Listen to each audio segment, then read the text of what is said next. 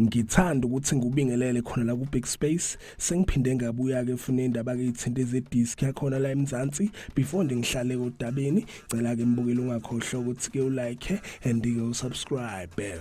Namhlanje ngiphethe ke indaba ezahlukahlukene indaba ke ithinto ezama transfer ezenzeka lapha kumaqembu akuyi-PSL. Ngizoqala ke lambukeli ngendaba ke ithinto iKaizer Chiefs naye ke lapha umdlalo wePolokwane City uOswin Apolis. Kunama updates ke lambukeli ngiphathele wona sevelile athinta yena kuApolis mayelana ke nokujoyina yona ke iKaizer Chiefs. Sesisideka impela ke isikhathi yena kuOswin Apolis elinkwe nayo ke lapha iKaizer Chiefs sibonile kuleli windi la ngoJanuary ukuthi kamakhosi kwakumele ukuthi emsayine kodwa ke bagcina bengamsayinanga ngenxa ke izathu ezithize. So amasosi ke laveze ke indaba ke izintsha indaba ke ithinta yena uOswin Apolis. Isokhala duma iveza ukuthi ke iKaizer Chiefs ibeke nezingxoxo nayo ke lapha ePolokwane City mayelana naye ke uOswin Apolis.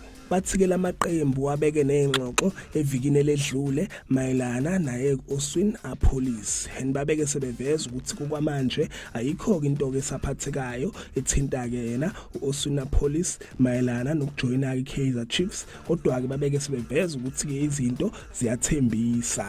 So injalo ke mbukeli maningi ke impela kamathubo ukuthi kamakhosi emthole ke yena uOswin Apolis kulona ke leli windi la ngoJune.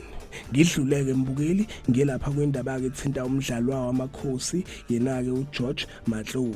Kunendaba ke lambukele ivelile indaba ke seyiconfirmiwe ukuthi ke yena kuMatlow uzoshiya ke lapha kumakhosi ekupheleni kwayo ke le season. Baveza ukuthi kamakhosi awayevuselelanga yona ke icontract yakhe yena ke uGeorge Matlow. Zinjalo ke mbukeli yizo ke lezi indaba ade ngiphathele zona indaba ke nje isematheni cela ukuthi ungakhohlwa ukuthi ke ulike and ke usubscribe ake ngithi ke nje danke ngiyaze bongela.